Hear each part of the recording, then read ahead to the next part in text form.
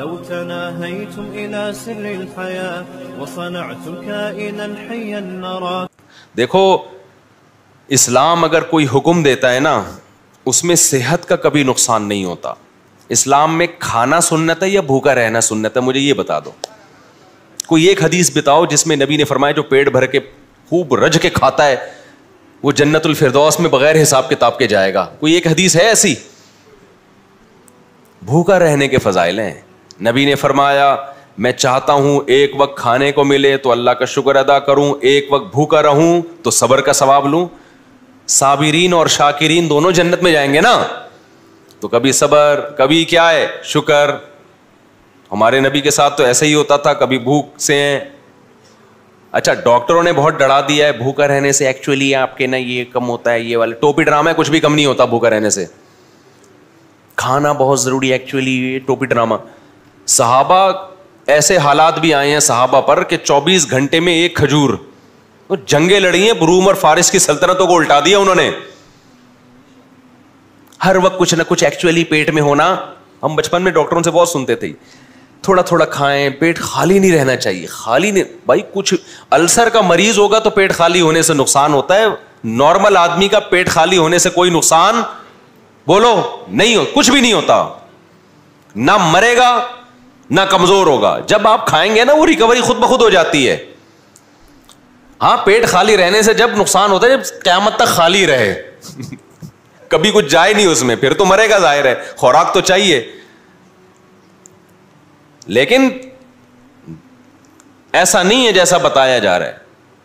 اگر بھوکا رہنے سے صحت کو نقصان ہوتا تو اسلام میں کھانے کے فضائل ہوتے, بھوکے رہنے کے فضائل نہیں ہوتے. رمضان کے روزے نہ ہوتے اسلام میں, پیر جمعرات کا روزہ نہ ہوتا, ایام 20 کے روزے نہ ہوتے. پھر ہمارے نبی صلی اللہ علیہ وسلم کی عادت کیا تھی؟ رمضان کے تو رکھتے تھے آپ صلی اللہ علیہ وسلم, آپ پیر جمعرات کا بھی رکھتے, آپ مہینے میں 3 ایام 20 کے بھی رکھتے, اور اس کے علاوہ بھی کبھی رکھتے. تو حضرت عائشہ فرماتی ہیں ایسے پے در پے نفلی روزے رکھنا شروع کرتے کہ ہمیں لگتا کہ اب کبھی ناغا ہی نہیں ہوگا, ہمیشہ رکھیں گے روزے. پھر چھوڑنا شروع کرتے تو ایسا لگتا کہ کبھی اب رکھیں گے ہی نہیں. یہ بھی ایک معمول ہے. کنٹینیو رکھنا شروع کرتے پھر کنٹینیو چھوڑنا شروع کرتے. کھانے کا کہیں بھی یہاں تذکرہ کہیں ہے کہ کھانا شروع کرتے تو کھانا ہی کھاتے ہی, ایسا کہیں بھی نہیں ہے.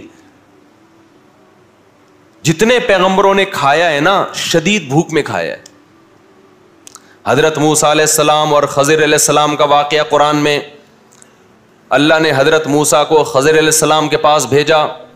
حضرت موسیٰ اپنے خادم کو لے کے سفر پہ گئے ہیں, بہت لمبا سفر. تو قرآن کے الفاظ آتینا غداءنا لقد لقینا من سفرنا ھذا نصبا.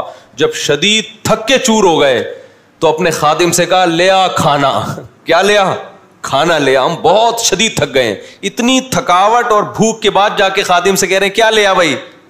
کھانا لیا. تو خادم نے کہا کہ جو مچھلی آپ نے کھانے کے لیے رکھی تھی, اللہ میں نے کہا تھا کہ ایک علامت بتائی تھی نا کہ جس جگہ وہ مچھلی زندہ ہو کے پانی میں چلی جائے تو وہی جگہ ہے خضر علیہ السلام کی, تو وہ تو پیچھے ہے, میں تو بھول ہی گیا تھا.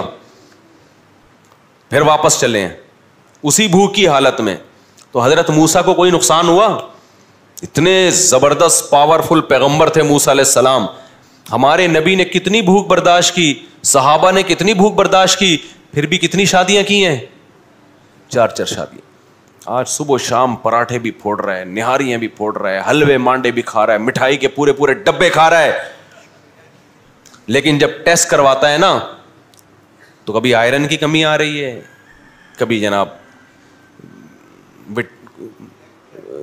وہ اس کی سلفر, وہ اس کی وہ کیا ہے یار, بہرحال بہت ساری چیزوں کی کمی آ رہی ہے. پورا صحیح پاکستان میں کوئی بھی بولو, کیلشیم کی کمی آ رہی ہے, مختلف قسم کے وائٹامنس کی کمی آ رہی ہے. ڈاکٹر پھر کھلوا رہے ہوتے ہیں کہ یہ کھائیں آپ, یہ کھائیں, وہ بھی کہہ رہے کھائیں, مزید کیا کریں. وہ ایک آدمی حکیم کے پاس گیا, حکیم سے کہنے لگا بدہضمی ہو رہی ہے, بہت کھا لیا. حکیم نے کہا یہ 2 گولی کھا لے ہاضمے کی. اس نے کہا اس کی جگہ ہوتی تو اور نہ کھا لیتا میں. اسی وجہ سے تو بدہضمی ہو رہی ہے کہ جگہ نہیں چھوڑی. تو بھوکا رہنے سے میرے بھائی کوئی نقصان نہیں ہوتا, رہ کے دیکھو. تو اچھا یہ بات ذہن میں رکھو, جب بھوکا رہو نا بہت زیادہ اور کم کھانا کرو تو پھر کھانے کا معیار بڑھانا پڑے گا آپ کو. ایسا نہ ہو کھانا بھی کم کر دو اور کھا بھی وہی رو جو کھا رہے ہو بھی, تو پھر مارکیٹ سے کیا ہو جاؤ گے, شارٹ. صحابہ کم کھاتے تھے لیکن اچھا کھاتے تھے, پراٹھے میری طرح نہیں کھاتے تھے. سمجھ رہے ہو کہ نہیں سمجھ رہے؟ اب تو ہم نے بھی فی الحال چھوڑے ہوئے رمضان میں. تو یہ ذہن میں رکھنا کہ کسی سنت کو آدھا فالو کریں تو پھر فائدہ نہیں ہوتا. آپ نے 4 شادیاں کر لی سنت کی نیت سے, عدل کا جو حکم تھا وہ والی سنت آپ کو یاد نہیں رہی تو بیڑا غرق ہو جائے گا نا. آپ نے جلدی شادی پر بیان سن لیا, یہ والا نہیں سنا کہ اپنے خرچے پہ کرنی ہے, ابا کے خرچے پہ نہیں, تو نقصان ہوگا نا, ابا کو ٹینشن دے گا جا کے.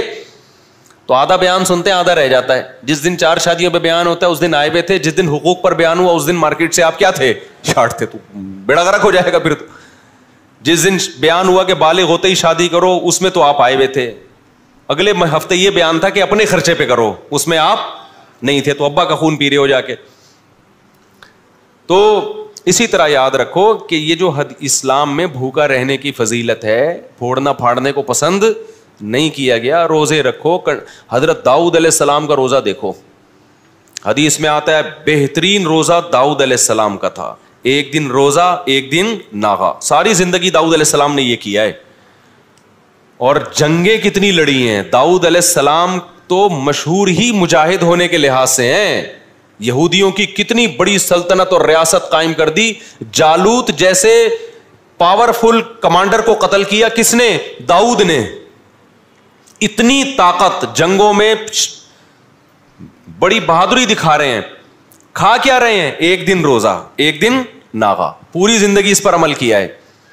تو اس سے پتہ چلتا ہے روزہ رکھنے سے کوئی کمزور نہیں ہوتا. تو اب میں یہ بات کر رہا تھا کہ وہ کمزور تو نہیں ہوتا, لیکن شریعت کو پھر پورا فالو کرو. ہمارے نبی نے کم کھایا ہے, صحابہ نے کم کھایا, لیکن جب کھایا تو پھر اچھا کھایا ہے. آپ نے پتہ چلا کم بھی کھانا شروع کر دیا اور کھا یہی بریانیاں ہی پھوڑ رہے ہو, آئل کوکنگ آئل جو آپ کھا رہے ہو, اور لڈو کھا رہے ہو, رسگلے پھوڑ رہے ہو, تو پھر آپ مارکیٹ سے بہت جلد کیا ہونے والے ہو, شارٹ ہونے والے. تو جب آپ کم کھاؤ گے تو پھر کھاؤ گے کیا, میں بتا دوں آپ کو, کیونکہ اپنے خرچے پہ کھانا ہے, میرے خرچے پہ تھوڑی کھانا ہے آپ نے. ایسا نہ ہو آپ مجھ سے آ جاؤ کہ آپ نے مشورہ دیا تھا تو پیسے دیں, کھانا آپ نے اپنے خرچے پہ ہی ہے. تو پھر زیتون کھاؤ, قرآن میں کس کی تعریف ہے؟ زیتون کی. انار کھاؤ, نبی نے فرمایا ہر انار میں 1 دانہ ایسا ہوتا ہے جو جنت کا ہے. کیا مطلب؟ ترغیب دی جا رہی ہے پورا انار کھاؤ, چھوڑو نہیں, ہو سکتا ہے وہ دانہ جنت سے آیا ہو, برکت ہے اس میں. اور انجیر کی قرآن نے تعریف کی ہے, والتین والزیتون, زیتون کی قسم, انجیر کی قسم. زیتون کبھی پکا کے نہیں کھانا ہے, سمجھ آ رہی بات, کچا کھانا ہے. اور میرے بھائی نبی نے اونٹ کا گوشت کھایا ہے, نبی نے بکرے کا شانہ کھایا ہے, جو بکرے کا گوشت آپ کو بہت پسند تھا, جو دستی کا گوشت جسے کہا جاتا ہے, آگے والا حصہ جو ہوتا ہے نا, اس کا گوشت آپ صلی اللہ علیہ وسلم کو بہت زیادہ پسند تھا. باب ما جاء فی نحش اللحم نحشا, ترمذی میں حدیث ہے اس بارے میں, باپ کے گوشت کو دانتوں سے نوچ کے کھاؤ. کیونکہ ہمارے نبی کیا کر رہے تھے, کبھی آپ نے چھری سے بھی کاٹ کے کھایا اور کبھی آپ نے ڈائریکٹ دانت سے بھی. تو صحابہ نے اس کو بھی بیان کیا اور محدثین نے باپ باندھ دیا. سمجھتے ہو کہ نہیں سمجھتے؟ تو یہ چیزیں ہمارے پیغمبر نے کھائی ہیں. جو کی روٹی کھائی ہے, ہم بغیر چھنا سفید آٹا پھوڑتے ہیں, کھاتے باتے تو ہیں ہی نہیں نا. کیا کرتے ہیں ہم, ایک تو گندم, اوپر سے وہ بھی سفید آٹے والی, پھر کہتے ہیں پیٹ میں پتہ نہیں مسئلے ہی حل نہیں ہو رہے پیٹ کے ہمارے, وضو ہی نہیں ٹھہرتا. مفتی صاحب نماز کیسے پڑھوں میں؟ تو وضو تمہارا ٹھہرے گا کہاں سے؟ کہتے ہیں کہ ہمارا وضو ٹھہرتا ہی نہیں. جب بہت زیادہ کوئی تنگ کرتا ہے تو میں کہتا ہوں وہ ایک ہی آپشن رہ گیا, یا تو اپنے پیٹ کا علاج کرا لے بھائی, یا پھر یہ کر لیں. اچھا وہ کیا تھا, میں بات کیا کر رہا تھا یار, ہاں تو میں یہ کر رہا تھا کہ جو پیٹ کا سائز ہے نا وہ بھی سنت کے مطابق ہونا چاہیے. پھر بار بار کہوں کسی کا پیٹ نکلا ہوا ہے تو بدگمان مت ہو. کراچی میں ویسے بھی پانی ایسا ہے کہ پیٹ نکلتے ہیں لوگوں کے, چاہے جتنی بھی اچھی صحت ہو, تو بدگمان ہونے کی اجازت نہیں ہے.